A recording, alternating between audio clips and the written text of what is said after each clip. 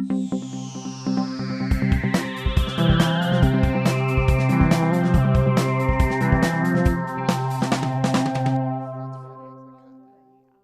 are watching a seed saving video brought to you by the Spokane County Library District. In this video, we'll be talking about how to save snap pea seeds. These are open pollinated, which means pollinated by natural means.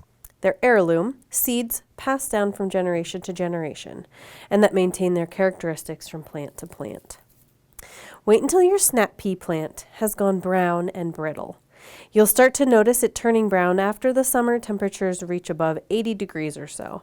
Pea plants prefer cooler weather, so enjoy them off the vine while you can in the spring. Allow the plant to dry out as much as possible before you start removing pods from the vines. This will allow them to be as mature as possible and increase their potential viability in future plantings. You can remove the pods before they're completely dry. Just leave them in a dry location, such as an open container or cookie tray, for between a week to several weeks, depending on how dry they were to begin with. You'll know that your snap pea pods are completely dry when you're able to shake them, and they make a rattling sound.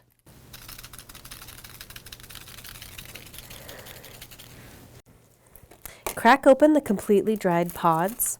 It's easier to crack them into an open-topped container, such as this plastic one. I'll keep them in this container for another week or so before bagging them to allow them to be absolutely dry. These are pretty dry. I cannot emphasize the importance of this enough for any seed. Any remaining moisture can lead to mold getting into your entire seed harvest. So with snap peas and with every other kind of seed that you save, you want to make sure that they are fully dry.